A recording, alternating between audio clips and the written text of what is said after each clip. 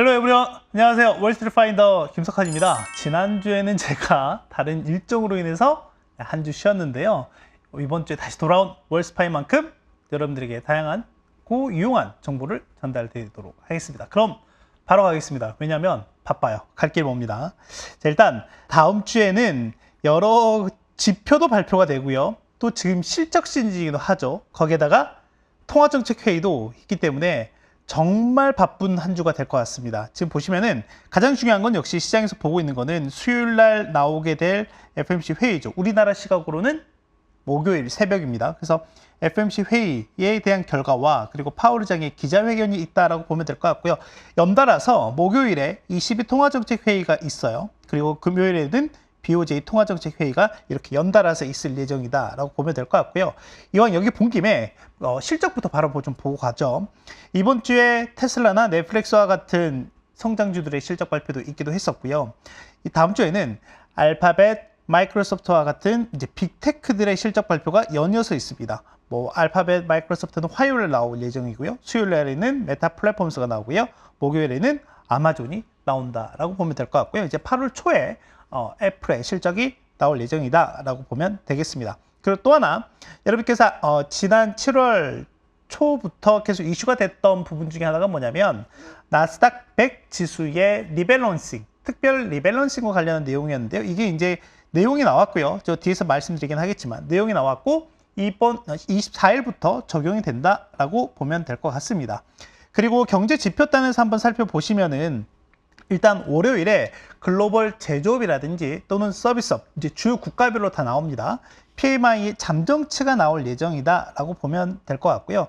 우리나라 2분기 경제 성장률, 즉 GDP가 25일 날, 화요일 날 아침에 나올 예정이고요. 그리고 뒤이어서 목요일 날 가게 되면 미국의 2분기 경제 성장률 잠정치가 이제 속보치가 나오게 되겠죠. 그리고 목요일에 다양한 경제 지표들이 좀 많이 발표가 된다라고 보면 될 것 같고요. 또 하나는 이제 금요일 날 가게 되면 저희가 이제 또 다른 물가 지표이죠. CPI와 또는 이제 개인 소비 지출 물가 지수가 발표가 될 예정이다라고 보면 될 것 같습니다. 그리고 여기서 또 중요한 거는 이제 분기마다 한 번씩 발표되는 고용 비용 지수라고 하는 게 있어요. 지금 고용 시장에 임금비와 관련한 내용이거든요. 이와 관련한 데이터가 발표가 된다라고 보면 될 것 같습니다. 다음 주에 그러니까 일정도 많고요. 경제 지표도 있고요. 실적도 이 모든 것들이 겹치는 한 주가 될 것 같다라고 보면 되겠습니다.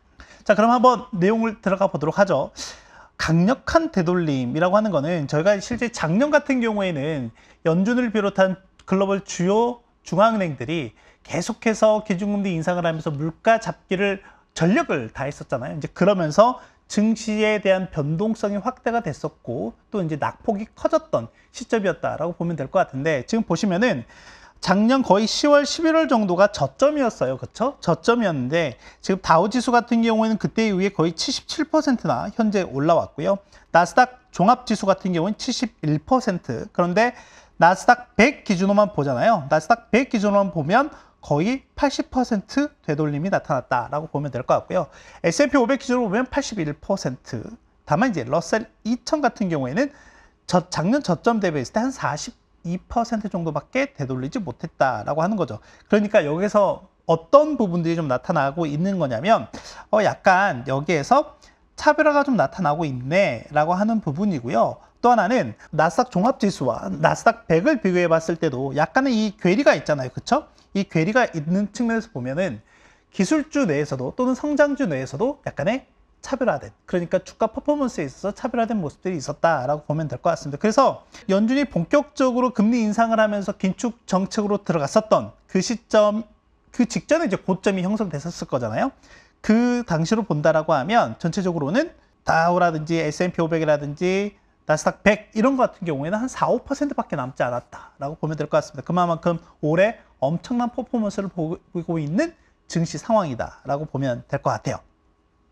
그리고 또 하나는 나스닥 100 특별 리밸런싱이 있다라고 말씀을 좀 드렸었는데 이거 같은 경우에는 뭐냐면 기본적으로 몇 가지 기준이 있습니다. 그 기준이 뭐냐면 여기에 있거든요. 이게 이제 기준이다라고 보면 될 것 같은데 어떤 기준이냐면 상위 5개 종목의 합산이 전체 비중의 한 38.5%를 넘지 못한다라고 하는 거고, 개별 종목의 비중이 4.4%를 넘지 못한다, 이런 비중들이거든요. 이런 기준들이 있는 거거든요.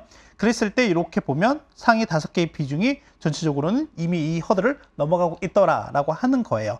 그래서 이제 이번에 발표를 했고요. 그래서 적용은 7월 24일부터 될 예정입니다. 적용은 7월 24일부터 될 예정인데, 이거를 지금 골드만삭스에서 각각 종목별로 했을 때 비중이 축소가 되는 기업들과 그리고 비중이 확대되는 기업들을 쭉 이제 정리를 해놨는데, 여기에서 보면은 역시 이제 빅7, 올해 주가 퍼포먼스가 상당히 좋았고 시가총액이 높은 기업들 같은 경우에는 비중이 큰 폭으로 좀 줄어들 가능성이 있다. 근데 그 중에서 큰 폭이 비중 변화가 큰 게 마이크로소프트라든지 엔비디아라든지 알파벳과 같은, 그러니까 올해 AI발 주가 상승을 주도하고 있는 이런 기업들에 대한 비중 변화가 좀 더 크다라고 보면 될 것 같습니다. 그래서 이런 부분들은 어찌됐건 발표 이후에 나타나는 부분들이니까요, 살펴보시면 좋을 것 같다라고 말씀드리고 싶고, 또 하나는 이제 이런 것들은 어떻게 보면 하나의 이벤트이기 때문에 이벤트 드리븐 차원에서 접근하시는 것도 나쁘지 않을 것 같은데, 여기 밑에서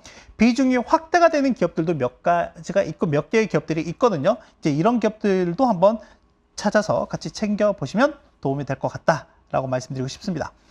이제 어닝 시즌이 본격화되고 있어요. 지금 1분기는 상대적으로 상당히 괜찮았죠. 왜냐하면 지금 1분기 같은 경우 여기 있죠.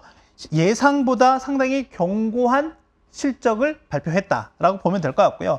19일 종가 기준으로 보면 대략 한 60여 개사, 그러니까 S&P 500 기준으로 보면 한 60여 개의 기업들이 실적 발표를 했는데, 지금 시장에서는 원래 전년 대비로는 한 9% 정도 이익이 감소할 걸로 예상을 했는데, 실제는 한 마이너스 8.8% 정도. 그러니까 예상보다 약간 좀 개선된 모습을 좀 보이고 있죠. 그래서 그럼에도 불구하고 그 안에 세부적인 기업들의 내용들 좀 보면 어닝 서프라이즈는 전체적으로 한 82% 정도 된다. 지난 10년 평균이 74%니까 상당히 높은 거죠. 네, 높은 퍼포먼스를 내고 있다라고 보면 될 것 같습니다. 그런데 이제 어닝 시즌 초반이에요. 이제 이번 주부터 시작해서 다음 주 이제 거의 뭐 8월 중순까지는 계속해서 이제 기업들이 실적 발표할 거기 때문에 계속 이런 부분들은 업데이트가 될 예정이다라고 보면 될 것 같습니다.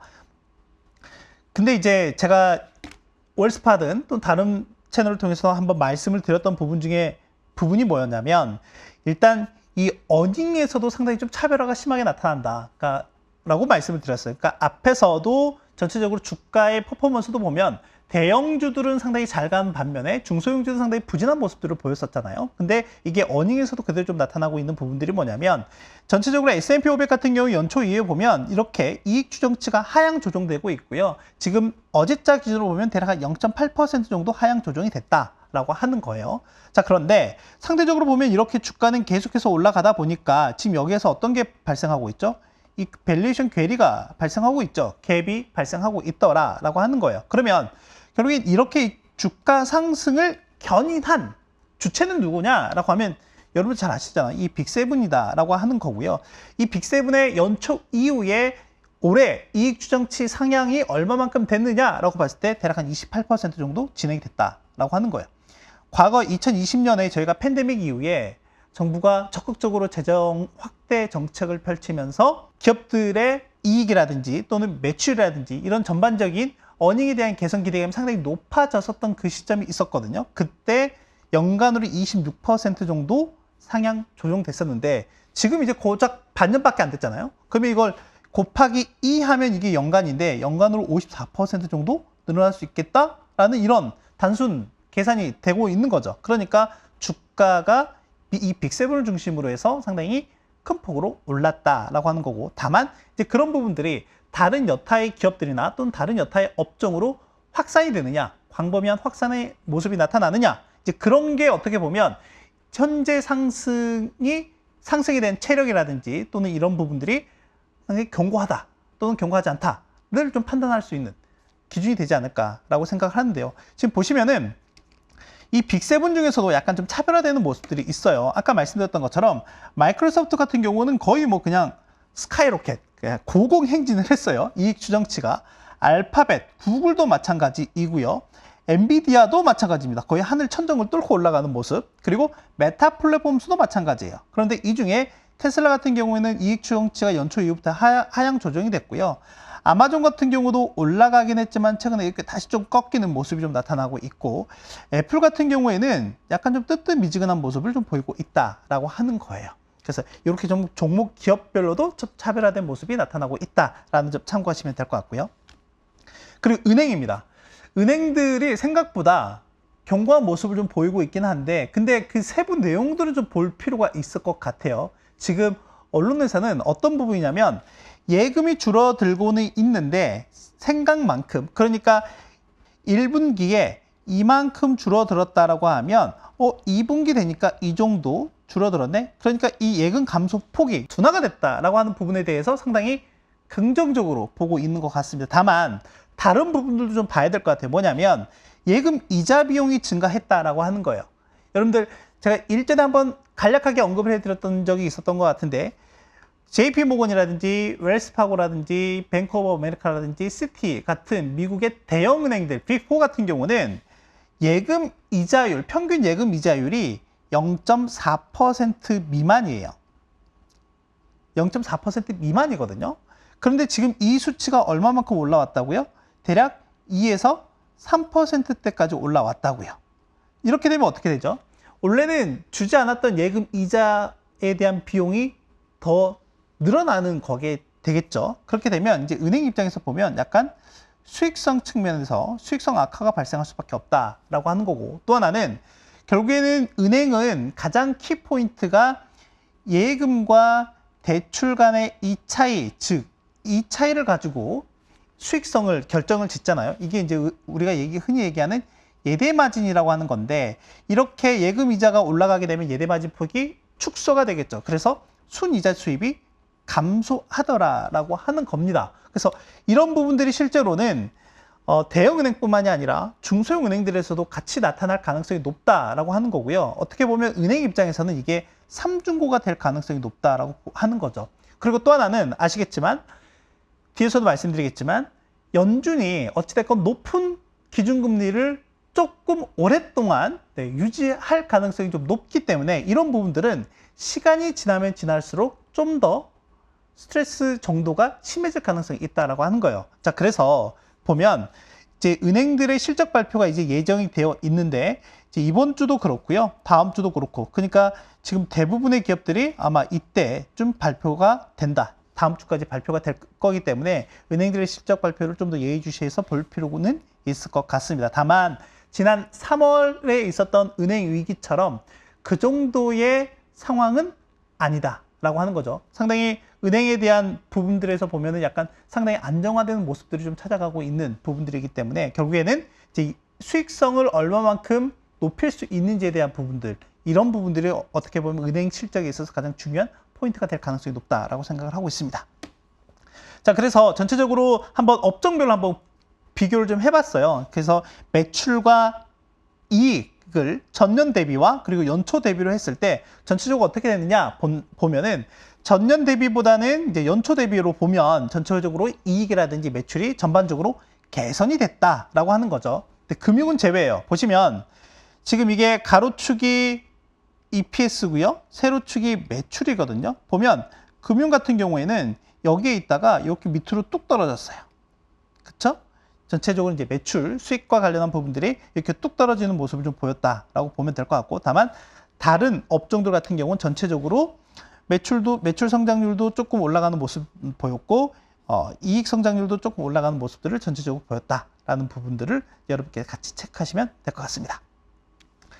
그리고 이제 FOMC가 있어요. 그렇기 때문에 이제 금리와 관련한 부분들 좀 봐야 될 것 같은데, 일단은 전체적으로 물가와 관련한 부분을 보면 상당히 안정화되는 모습들이 나타나고 있다라고 하는 거예요. 다만 이제 복병들은 몇 가지가 있기는 합니다. 그건 제가 다시 한번 자리를 마련해서 말씀 좀 드리도록 하고요. 일단 미국의 기준금리 전망을 시장에서 어떻게 보느냐라고 보면, 연내 금리 인하에 대한 기대감은 완전히 소멸이 됐다라고 보면 될 것 같고요.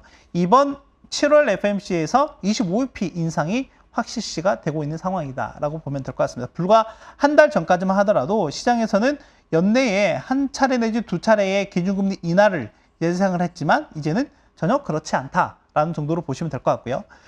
그리고 또 하나는 이제 다른 국가들하고도 좀 비교를 해봐야 돼요. 보시면은 미국 같은 경우에는 이제 연준 같은 경우에는 상대적으로 이제 이번에 한번 올리게 되면 그 금리를 쭉 이어서 나갈 여지가 생기게 되는 거고요. 다만 영국이라든지 유로존 같은 경우에는 계속해서 좀 금리 인상을 해야 하는 그런 상황이 된다라고 하는 거죠.